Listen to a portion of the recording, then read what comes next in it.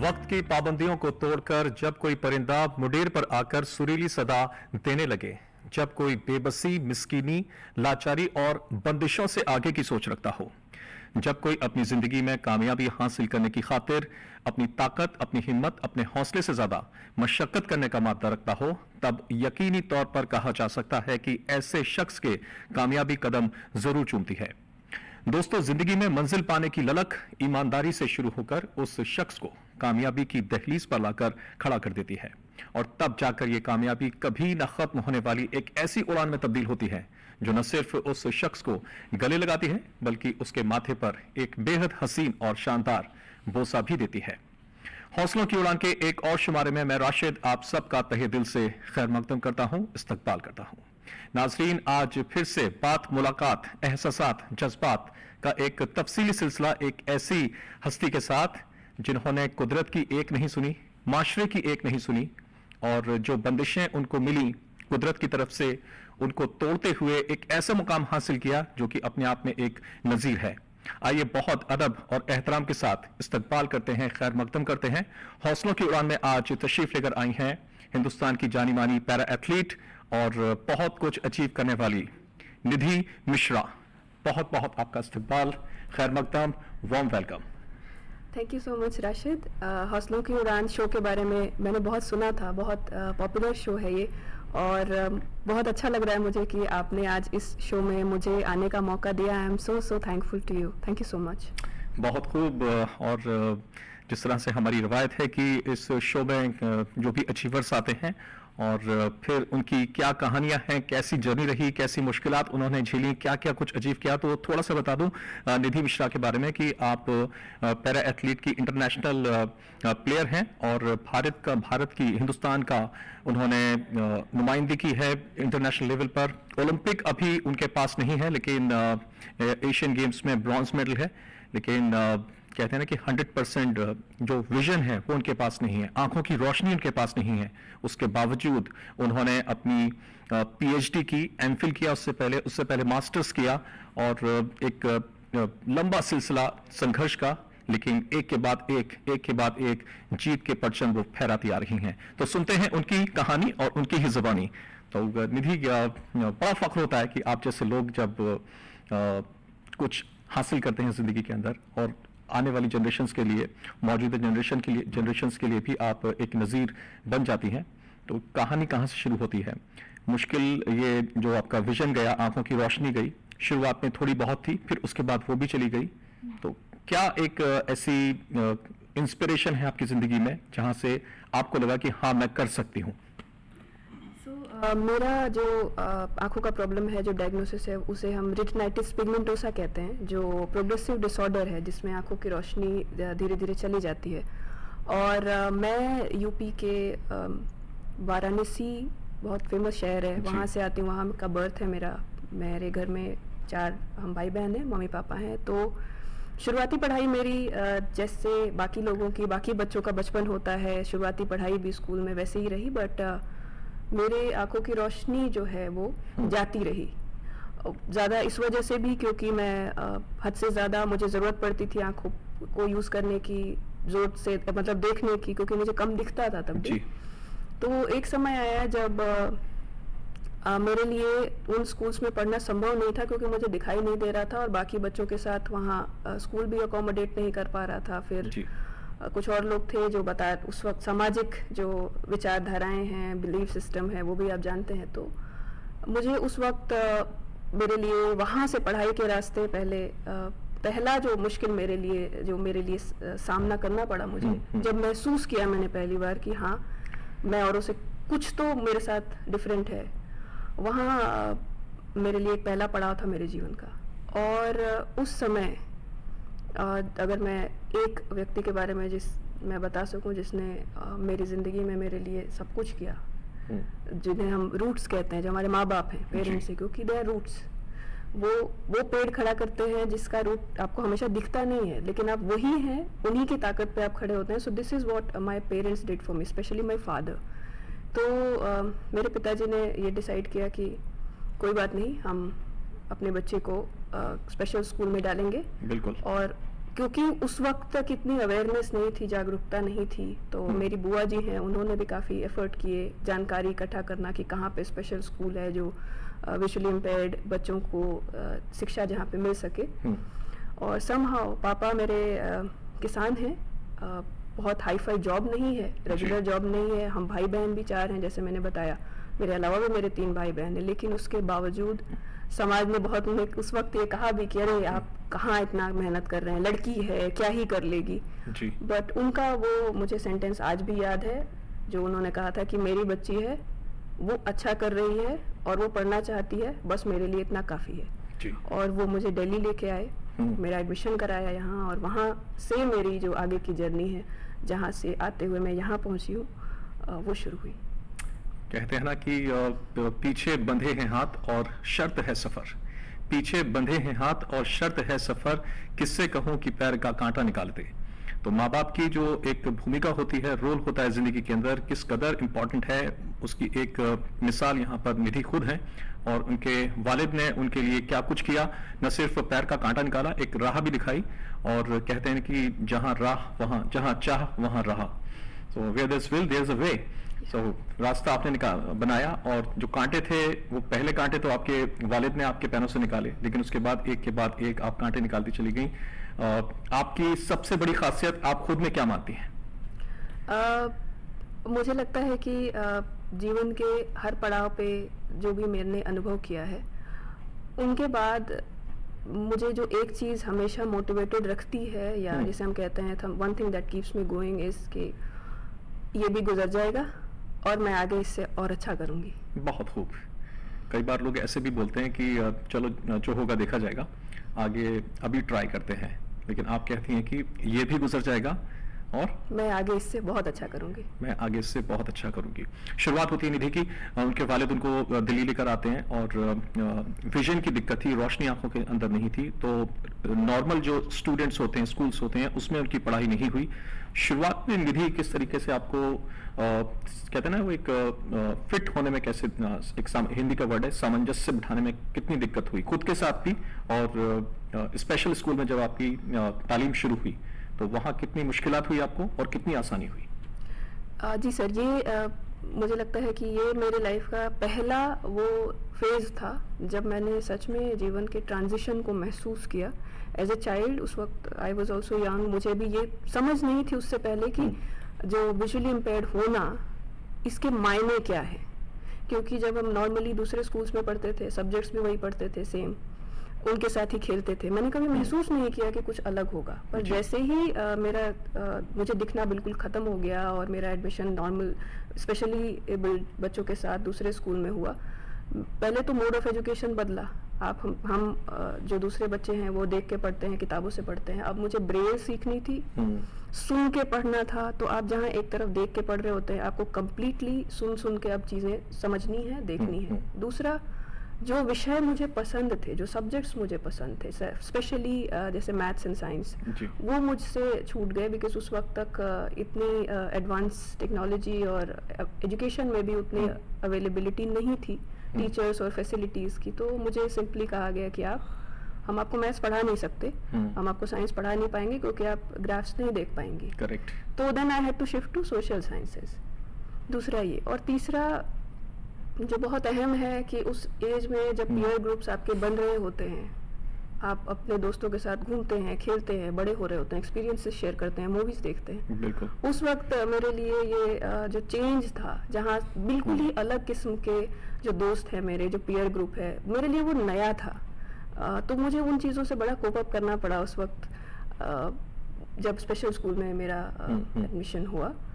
But मैंने उससे बहुत सीखा, बहुत कुछ समझा, और अपनी लाइफ आगे कैसे मुझे, जैसे मैंने कहा कि मैं ये मानती हूँ कि जब भी कुछ आपके साथ होता है तो ऊपर वाले का कुछ अच्छा ही प्लान होता है। तो शायद वो बिलीव मेरा मुझे उस परेशानी वाले दौर से भी बाहर निकाल के ले आया, और मैंने कोशिश की नए रुचियाँ बनाने की, नए विषय समझने की, नए हॉबीज पालने की, सब कुछ क्योंकि बदल चुका था तब।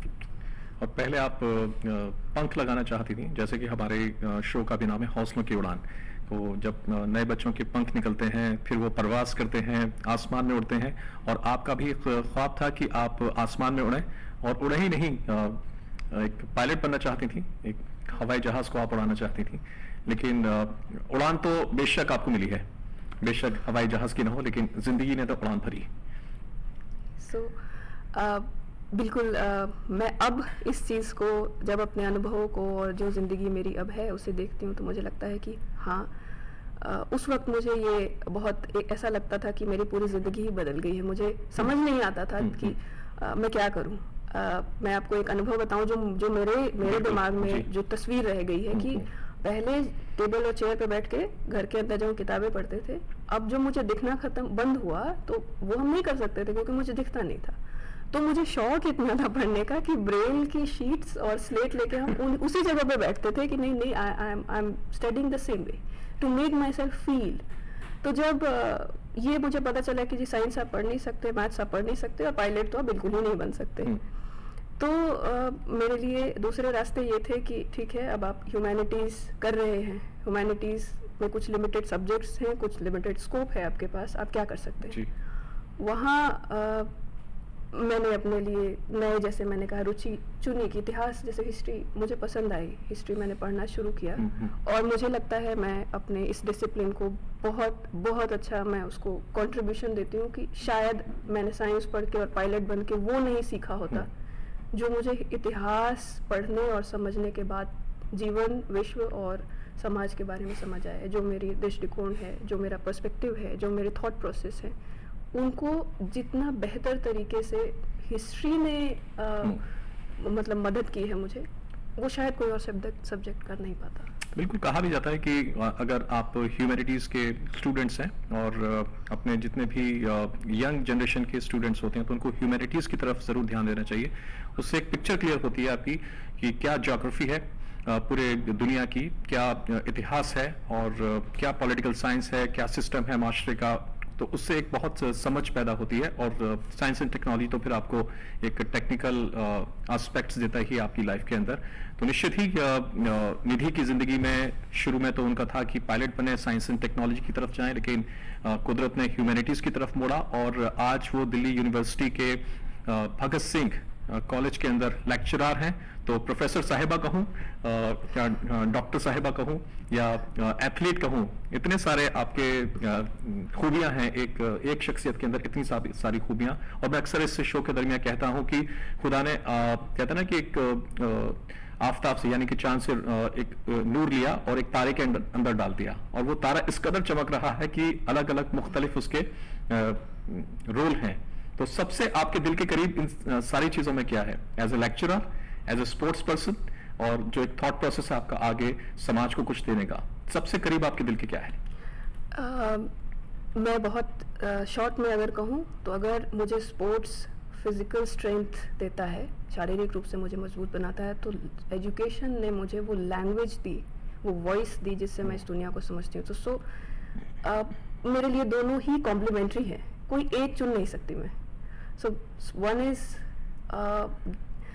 so important for me that I understand the world through this language, and other has provided me with the physical strength, resilience, discipline, and identity as well. I have got through sports, but education important भी है, और जो articulation है चीज़ों का, जो समझने का तरीका है दुनिया के हर पक्ष को, वो शायद एजुकेशन के अलावा और कोई चीज़ नहीं दे सकती।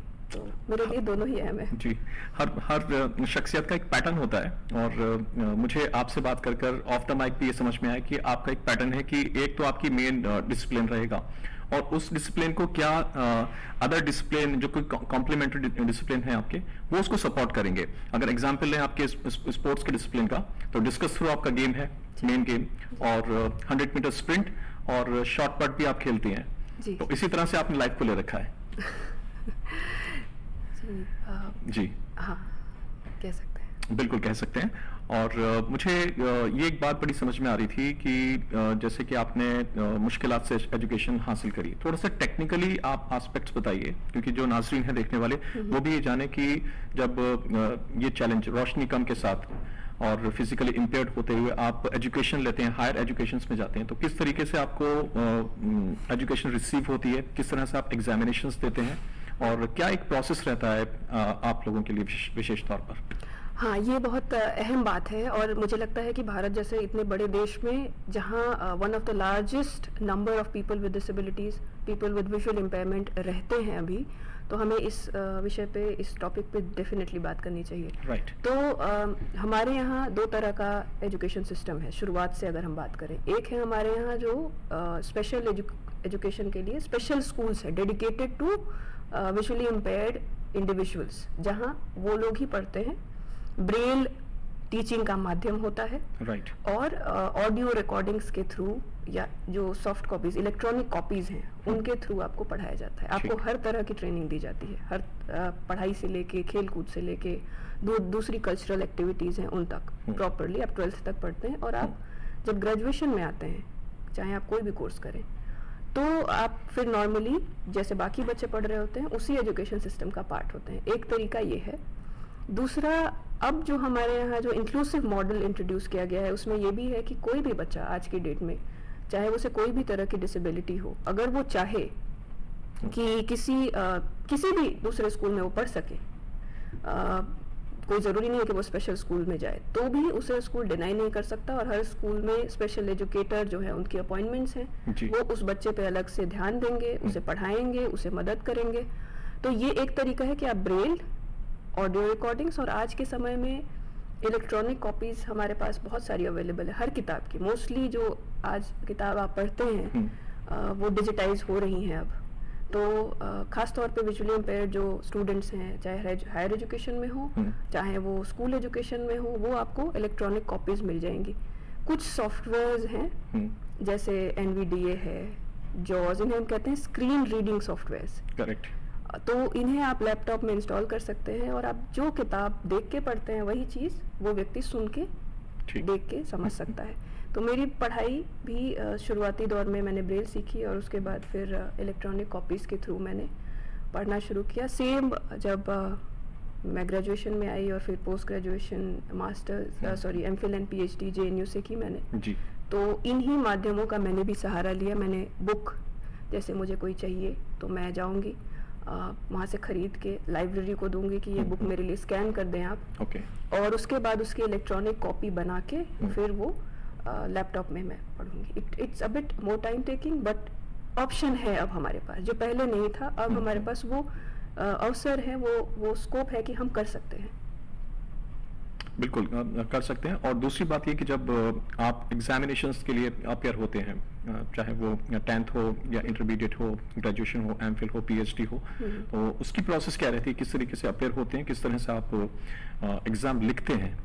अच्छा, तो पहले एक बहुत कन्वेंशनल सिर्फ सिस्टम था जहाँ पे कि आपको एक राइटर, जिसे हम कहते हैं, या स्क्राइब कह सकते हैं, वो अलॉट किया जाता था। जैसे आप 10th में हैं तो आपको 9th स्टैंडर्ड का बच्चा आपके लिए एग्जाम लिखेगा। आप 3 घंटे का पेपर है, वो आपके लिए A to Z क्वेश्चंस पढ़ेगा, फिर आप उसे जो बताएंगे वो लिखेगा। परफेक्ट। ये एक तरीका है।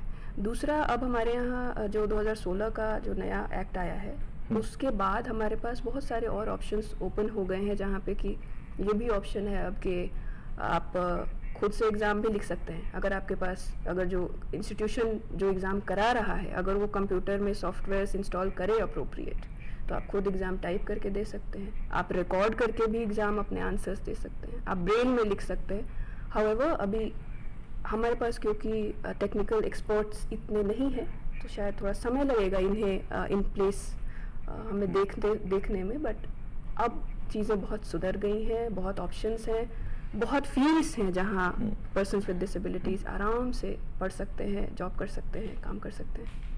बिल्कुल। और हमारे जो हौसलों की उड़ान का जो शो है, उसकी बैकग्राउंड की एक लाइन है इसमें, और उसमें कहा जाता है कि रुक सके न झुक सके जो इस धरा से उस गगन को, रुक सके न झुक सके जो इस धरा से उस गगन को, क्या गांव ये शहर क्या है, ये देश की पहचान है, ये हौसलों की उड़ान है। तो आप भी देश की पहचान है, हौसलों की उड़ान है।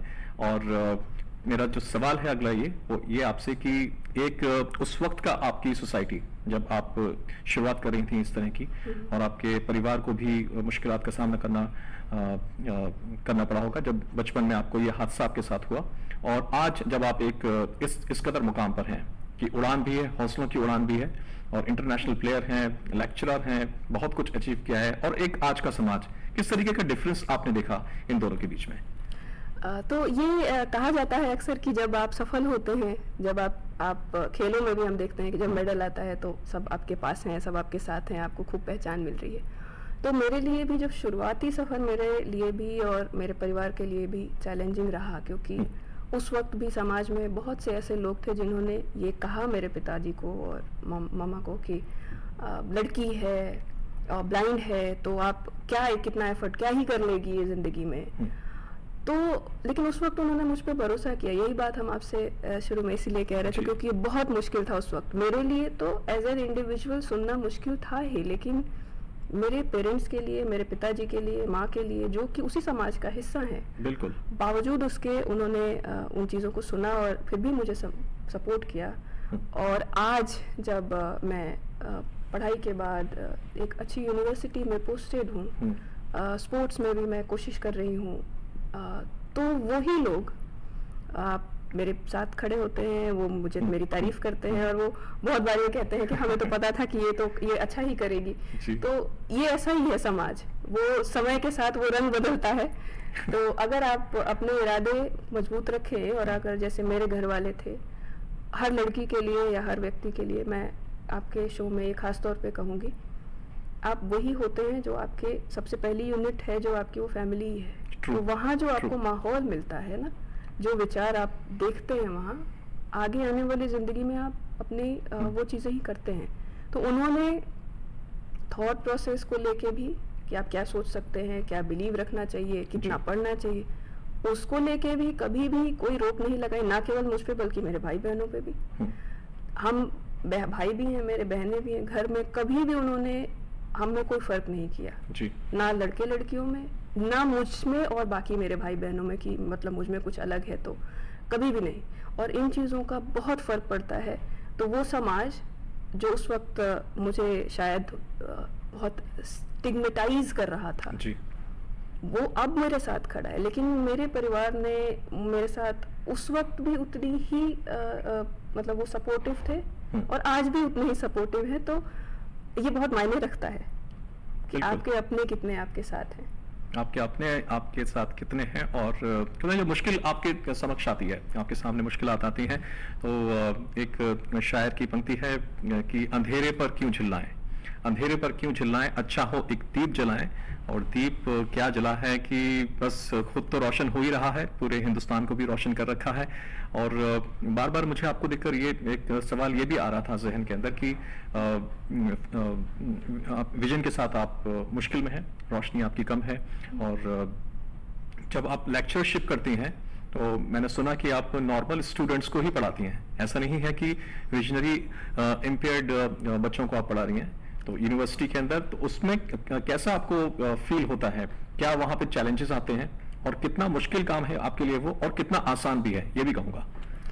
हाँ, ये एक अहम बात है, क्योंकि अब जहाँ मैं दिल्ली विश्वविद्यालय, जो one of the most prestigious university है हमारे देश की, और ग्लोबली भी अच्छी रैंक रखती है, बिल्कुल, वहाँ के एक अच्छे कॉलेज में मैं पढ़ा रही हूँ। और वहाँ पे ऐसा कुछ नहीं है कि वहाँ पे पर्सन्स विद डिसेबिलिटीज़ या विजुअली इम्पेयर्ड स्टूडेंट्स ही पढ़ते हैं, वहाँ सभी लोग पढ़ते हैं, क्योंकि कॉलेजेस में आने के बाद इस तरह का कोई स्पेशल कोई कॉलेज या कोई डेडिकेटेड इंस्टीट्यूशन नहीं है, और ना ही ऐसा नियम है टेक्निकली कि एक विजुअली इम्पेयर्ड टीचर जो है वो विजुअली इम्पेयर्ड स्टूडेंट्स को ही पढ़ाए। तो एक तो ये बात है। दूसरा, मुझे लगता है कि जब मैं वहाँ जाती हूँ तो इससे दो चीज़ें होती हैं। मेरे बच्चे जो हैं, जो मुझसे पढ़ते हैं, जो स्टूडेंट्स, वो मेरे पढ़ाए जाने से, जो मैं टॉपिक पढ़ा रही हूँ, जो सब्जेक्ट पढ़ा रही हूँ, उससे जितना उन्हें फ़ायदा होता है, ये एक बात है। दूसरी बात ये भी है कि जब मैं वहाँ जाती हूँ, when they see me for the first time, when they see somebody with visual impairment for the first time, क्योंकि उनमें से 99.99% बच्चों ने कभी भी ये देखा नहीं होता है किसी को कि कोई अगर डिसेबिलिटीज़ के साथ क्लास में है, वो कैसे पढ़ाएगा, क्या करेगा। तो they become very familiar, they feel so comfortable. True. और बहुत से बच्चे हैं जो मुझसे आके हमेशा शेयर करते हैं कि हमें बहुत अच्छा लगता है मैम आप पढ़ाते हैं, हमें समझ आता है, बहुत कोऑपरेटिव हैं मेरे बच्चे। मैं आपको बताऊं, मेरे कॉलेज में क्योंकि जैसे इंफ्रास्ट्रक्चर जैसे कुछ कहीं कहीं कमियां थोड़ी बहुत होती हैं, तो वो मेरे क्लास के कुछ बच्चे हमेशा ये होते हैं कि वो मुझे आएंगे, असिस्ट करेंगे to the class, they will come to drop me to the staff room. अगर मैं उनसे कुछ बताऊं कि चलो ये लेके आ जाओ, दे विल डू इट। और ये बहुत इम्पॉर्टेंट है कि हार्डल्स हैं, इंफ्रास्ट्रक्चर बैरियर्स बहुत जगहों पे हैं, लेकिन बावजूद उसके जिन्हें आप पढ़ा रहे हैं, जो जिनके लिए आप वहाँ जाते हैं, अगर उन्हें आप ना केवल एक अच्छा बुकिश नॉलेज दे पा रहे हैं, बल्कि कुछ उन्हें एक अच्छा समझदार अवेयर व्यक्ति बना पा रहे हैं, तो I think this is where I think I am trying to contribute. बहुत इंपॉर्टेंट बात कही आपने। और ये बात तो रही कि आप विजुअली इम्पेयर्ड हैं और एजुकेशन दे रही हैं, लेकिन आमतौर पर भी ये देखा जाता है कि बुकिश नॉलेज बहुत स्प्रेड की जाती है बनिस्बत इसके कि आपके पास क्या एक्सपीरियंसेस हैं। तो एक बुक से बुक का ट्रांसफर तो ज़रूर होता है टीचर टू स्टूडेंट, लेकिन उसके पास अगर टीचर के पास बहुत गहरा अनुभव है, बहुत तजुर्बा है, और अगर वो शेयर करता है और जनरेशन को अपवर्ड करने के लिए, तो definitely it is a big thing. एक सवाल ये मेरा निधि आपसे कि जब आपको बाहर से देखा जाए आपकी पर्सनालिटी को, तो ऐसा लगता है कि जो आपको जॉब मिली है दिल्ली यूनिवर्सिटी के अंदर लेक्चररशिप की, तो ऐसा लगता है कि शायद ये आपके स्पोर्ट्स कोटा की वजह से है, खेलों की वजह से मिल गई है।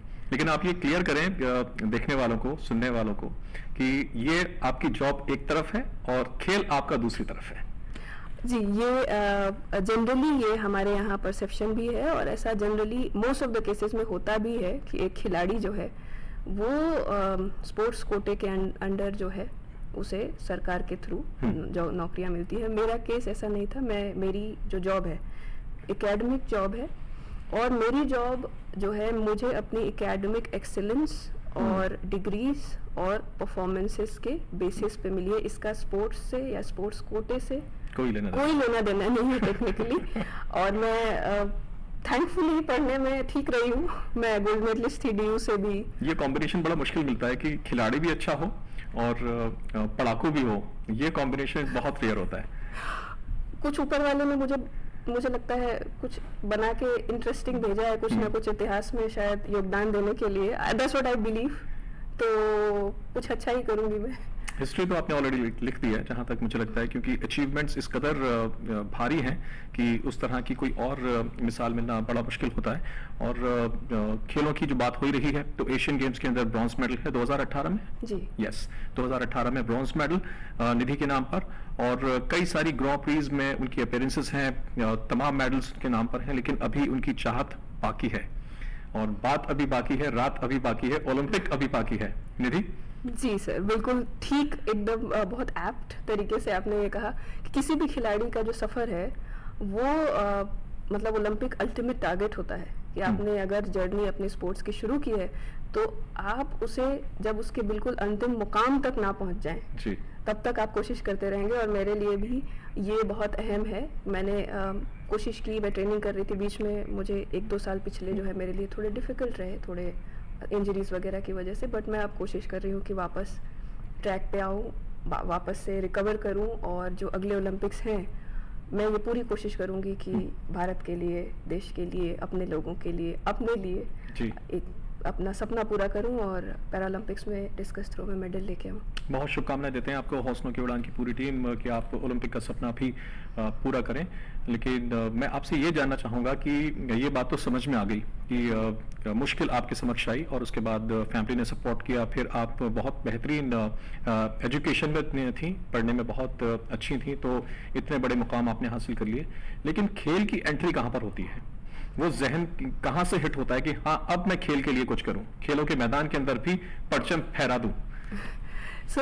ये सफ़र भी मेरे लिए एक बड़ा ही, जब जैसे ही ट्रांजिशन हुआ मेरा स्पेशल स्कूल्स की तरफ, वहाँ से ये नया सफ़र मेरा शुरू होता है। इनफैक्ट स्पोर्ट्स मेरे लिए एक नए अवसर की तरह मुझे लगा, और मेरी शुरुआत है जो खेलों की वो 2010 से हुई, जब मैं कॉलेज में आई, क्योंकि मुझे पैरा स्पोर्ट्स के बारे में मालूम नहीं था, और मेरी स्कूली जो शिक्षा है वो स्पेशल स्कूल से शुरुआत से नहीं थी, तो ज़्यादा जानकारी थी नहीं खेलों के बारे में भी। तो पैरा स्पोर्ट्स एक ऑप्शन के तौर पे मैंने उन्हें शुरू किया। इससे मुझे ये समझ आया कि ठीक है, this is what I can do. I started with that feeling कि ठीक है, ये एक फील्ड है जिसको कि मैं साथ के साथ कर सकती हूँ, एंड मुझे खुशी देता था वो। ग्राउंड पे जाके ट्रेनिंग करना, स्वेट पसीने बहाना, उसके बाद आप फिर उसमें आपने इतना एक मुश्किल डिसिप्लिन कैसे चुन लिया? डिस्कस थ्रो हो सकता है, ट्रैक एंड फील्ड पर आप गई हो, लेकिन स्प्रिंट भी हो सकती थी, लोग लॉन बॉल भी खेलते हैं, और कई ऐसे आसान खेल हैं जो कि खेले जा सकते हैं, लेकिन आपने इतना मुश्किल खेल कैसे चुना? इसकी भी बड़ी इंटरेस्टिंग स्टोरी है। मैंने स्प्रिंटिंग से शुरू किया था पहले, लेकिन हमारे खेलों में मैं आपके लिए जैसे एक जानकारी के लिए बताना चाहूँगी कि जो हमारे पैरा स्पोर्ट्स हैं, इनमें भी जो ब्लाइंड या विजुअली इम्पेयर्ड जो एथलीट्स हैं, उनमें भी जो जैसे उन्हें टेक्निकली कहते हैं F11 या T11 कैटेगरी, कैटेगराइज किया हुआ है इसको हाँ, भी। It's in 11 category for those who can not see at all, just like me. तो हमारे केस में क्या होता है कि जब आप प्रोफेशनली रनिंग करने जाते हैं तो आपको हमेशा एक पार्टनर चाहिए जो आपके साथ रनिंग करेगा, आप अकेले दौड़ नहीं सकते। तो शुरुआत में कभी कोई किसी को जरूरत पड़ी तो साथ ले गए, ट्रेनिंग के लिए भी आपको हमेशा एक व्यक्ति चाहिए जो आपको रनिंग करेगा। ठीक है। तो मेरे लिए वो थोड़ा डिफिकल्ट हो रहा था, क्योंकि उसमें सिर्फ हेल्प नहीं चाहिए थी, उसमें आपको इक्वली कॉम्पिटेंट इफिशिएंट रनर चाहिए। तो डिस्कस मैंने उसके बाद चुना, क्योंकि डिस्कस में सर्कल पे मुझे खुद को परफॉर्म करना है, मुझे असिस्ट करने के लिए, वेट ट्रेनिंग के लिए, ग्राउंड के लिए हेल्प चाहिए, बट एटलीस्ट मुझे परफॉर्म करते वक्त वो मेरा खुद का है। तो वहाँ से मैंने डिस्कस को चूज किया एज ए मेन इवेंट, और मुझे लगा कि ये ठीक रहेगा, और इसलिए मैंने आगे इसमें ही कंटिन्यू किया। बहुत खूब। और पार्टनर की आपने जिक्र कर दिया है कि डेफिनेटली ट्रेनिंग के वक्त तो आपको पार्टनर चाहिए होगा, और जिस तरह से आपकी रोजमर्रा की जिंदगी है वहाँ पर कोई अटेंडेंट, या फिर ये भी बताएं और वो भी बताएं कि मैदान पर कोई आपका पार्टनर आपको असिस्ट करने के लिए, उनका भी जिक्र करें। हाँ, तो ये अगेन मुझे बहुत अच्छा लग रहा है कि आप बहुत अच्छे और इम्पोर्टेंट पहलुओं को डिस्कस कर रहे हैं, क्योंकि जनरली मैंने देखा है कि लोग फोकस आप पे रखते हैं, मेडल आप जीत रहे हैं, आपने अचीव किया, लेकिन उस सफलता के पीछे जो असल मेहनत है, जिन लोगों का कंट्रीब्यूशन, उनकी बात नहीं होती। मेरे केस में खास तौर पे मैं क्योंकि विजुअली इम्पेयर्ड हूँ, मुझे बिल्कुल नहीं दिखाई देता, तो मेरे लिए एक कदम अगर आगे बढ़ाना भी है किसी अननोन प्लेस पे, तो मुझे हमेशा एक मजबूत और बहुत ट्रस्टवर्दी, कॉन्फिडेंट सहारे की जरूरत होगी, एक मित्र की जो हमेशा आपको पिटी ना करता हो कि बेचारी है, वो नहीं, जो आपके साथ खड़े होके बराबरी से चले, आपको आगे बढ़ने में मदद करे। और मेरी लाइफ में ऐसे मेरे लिए जैसे शमीम है, मेरे JNU के फ्रेंड हैं, वो हम लोग यूनिवर्सिटी मेट्स हैं, साथ में पढ़ाई की हमने, और उन्होंने मेरे स्पोर्ट्स से लेके, जैसे मेडल जीतने पे तो बहुत सारे मीडिया कवरेज मिलती है जी। लेकिन मैं आपके शो पे पहली बार ये मेंशन करूंगी कि 2013 के बाद से मैंने जितने भी मेडल जीते, जहाँ भी मैं गए, मैंने जाके रिप्रेजेंटेशन किया, मेडल के बाद सक्सेस दिखती है, लेकिन उस सक्सेस के पीछे जो 365 दिन जो ट्रेनिंग हम जाते हैं, जो खाना घर पे आके मेरे लिए लाना है, जूस लाना है, या जिम में वेट उठवाना है मेरे साथ, ग्राउंड पे जाना है, वो सब काम शमीम ने किया आज भी। तो एक व्यक्ति आपको हमेशा जो ट्रस्टवर्दी हो, पहली बात। दूसरा, जो आपके बारे में हमेशा ये सोचता हो कि आप वो इम्पैथाइज करता हो, मैं ये वर्ड यूज करूंगी, वो सिंपैथाइज ना करता हो, तो वो व्यक्ति हैं जो मेरे लिए बैकबोन की तरह, after my parents, my family, since I am grown up, I live on my own, so he has been that one person who has always been by my side, and without any expectation कि नहीं मुझे recognition मिलेगा, मुझे पैसा, never। यह पर्दे के पीछे की कहानी, पर्दे पर तो निधि है, लेकिन उसके पीछे भी बहुत सारे ऐसे लोग हैं, बहुत सारे नहीं कहूँगा, इक्का दुक्का लोग हैं, लेकिन बहुत डेडिकेटेड हैं, बड़ी मोहब्बत इनसे करते हैं। और ये रही पार्टनर की बात ग्राउंड पर, और अब थोड़ा सा जिक्र करें कि फैमिली बैकग्राउंड की बात हो गई, पिताजी की बात हो गई, मदर की बात हो गई, पार्टनर की ही बात हो रही है। क्या इरादे हैं, क्या आगे की भविष्य की प्लानिंग्स हैं? अगर किसी के साथ, किसी को हमसफर बनाने की आपकी क्या आगे की खुशियां हैं, उन पर भी आप थोड़ा सा रोशनी डालें। सबसे पहली बात तो कि जैसे मैंने कहा कि मैं चाहूंगी कि मैं ओलंपिक का मेडल पहले ले आऊं।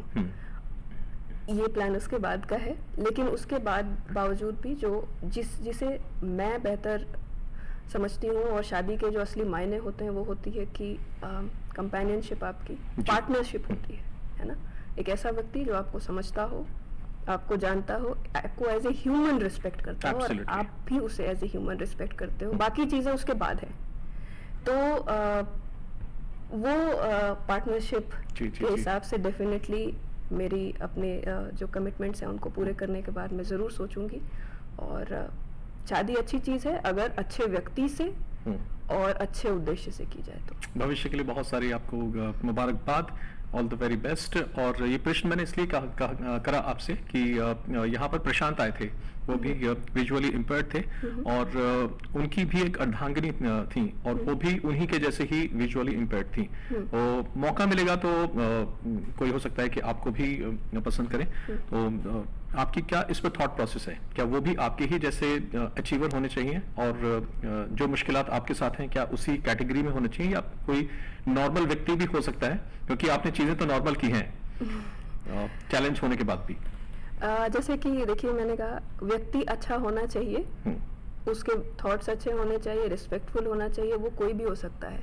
मैं ये हमेशा कहती हूँ लोगों से कि अगर मैं ब्लाइंड हूँ तो मुझे ओवर ग्लोरिफिकेशन और पिटी दोनों से प्रॉब्लम है। मेरे अंदर मैं एक कंप्लीट इंसान हूँ with all the goods and bads.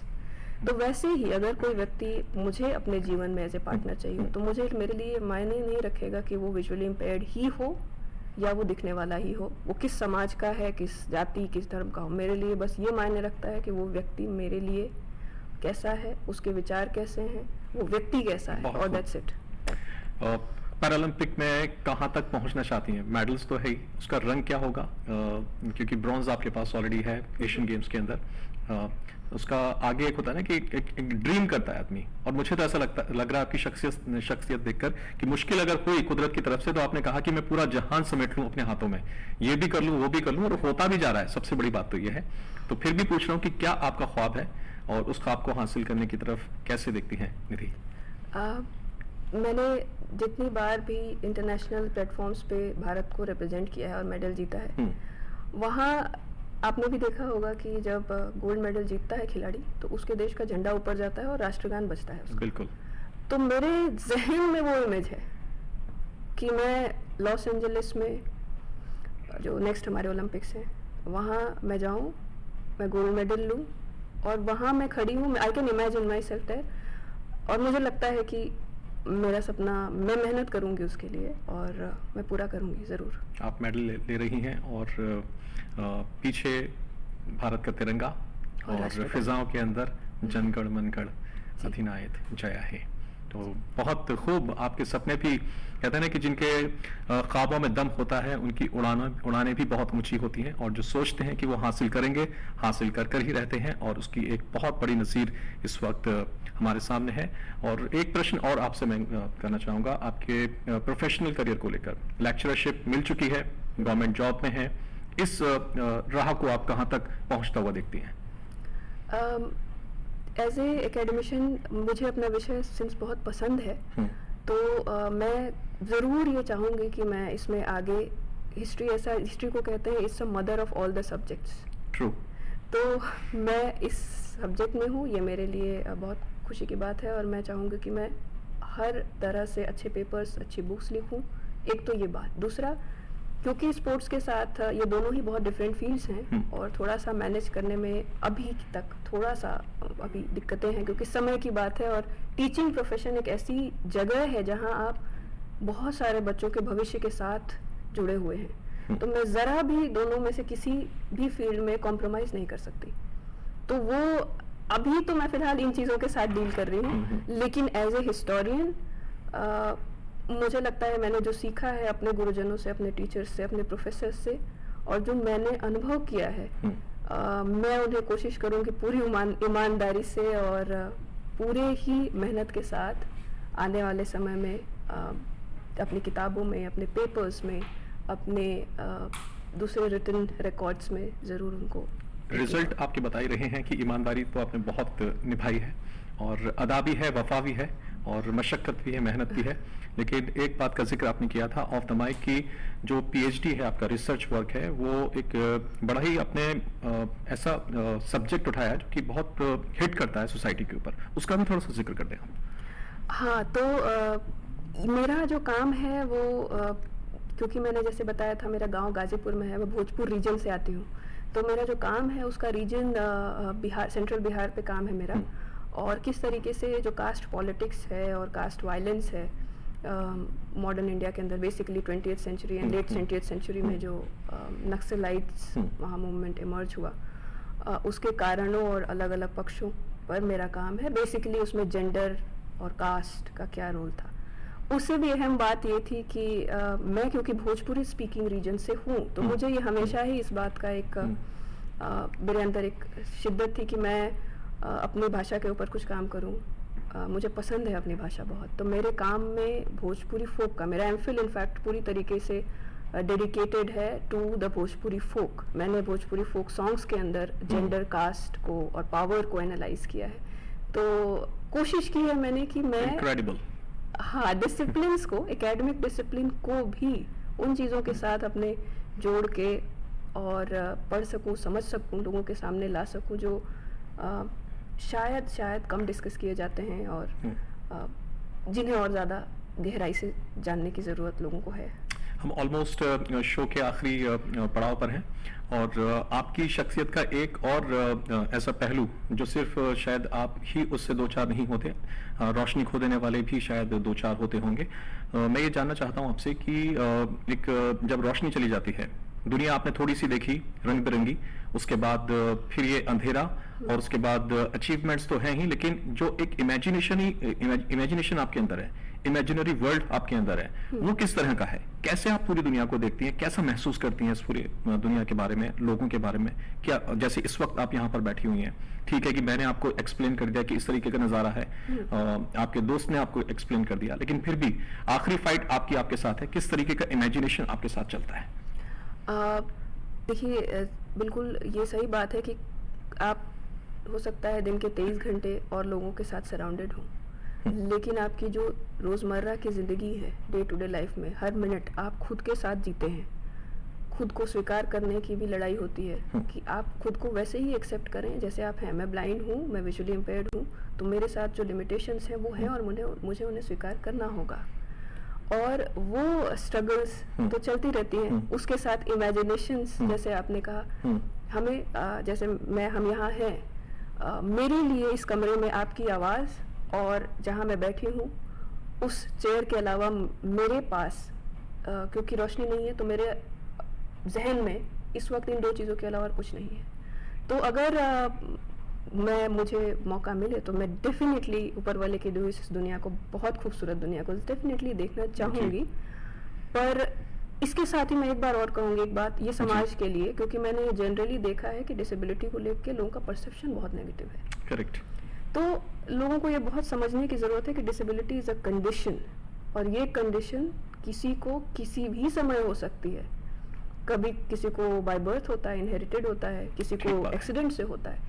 सो आप या हम सभी मिलके उस व्यक्ति को पहली बात तो जज ना करें, क्योंकि उसकी परिस्थितियाँ सिर्फ उसको ये नहीं है कि उसकी कोई कमी है उसकी।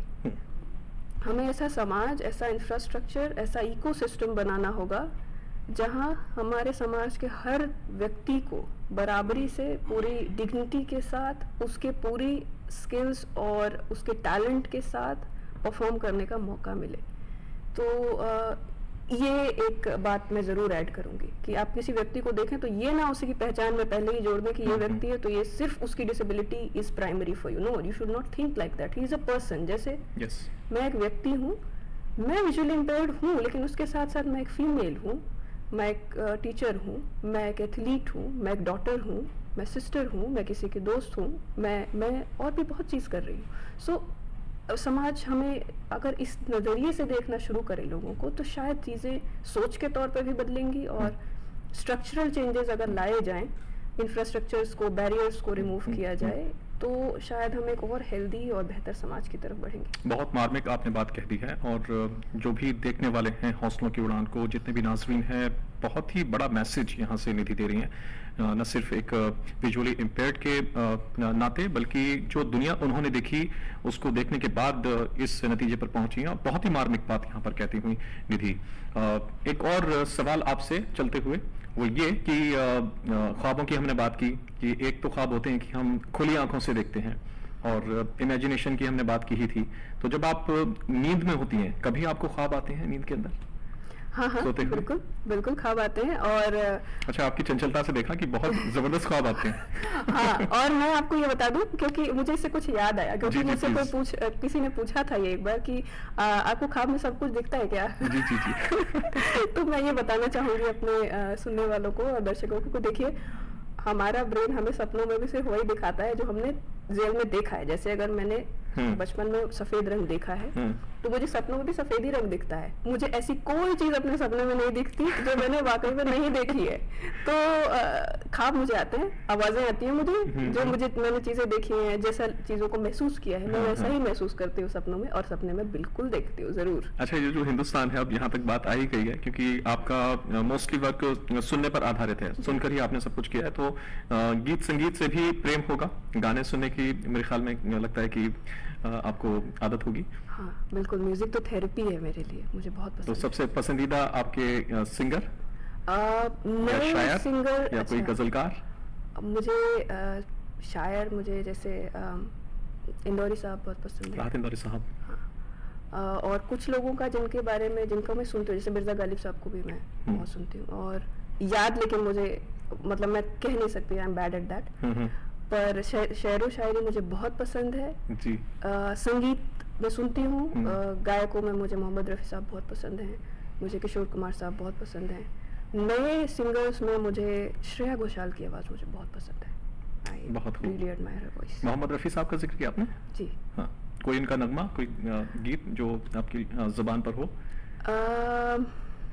इस वक्त मुझे दिल में मेरे ख्वाब तेरे तस्वीर जैसे हो दीवार पर, हाँ यस जी, गुलाबी आंखें जो तेरी देखी, और बहुत खूब, बड़ी जबरदस्त आवाज। खैर, यहाँ तक जिक्र आया तो ये भी बात बोल दें कि किशोर कुमार साहब लीजेंड, उनको मैं बड़ा ही दिल से पसंद करता हूँ।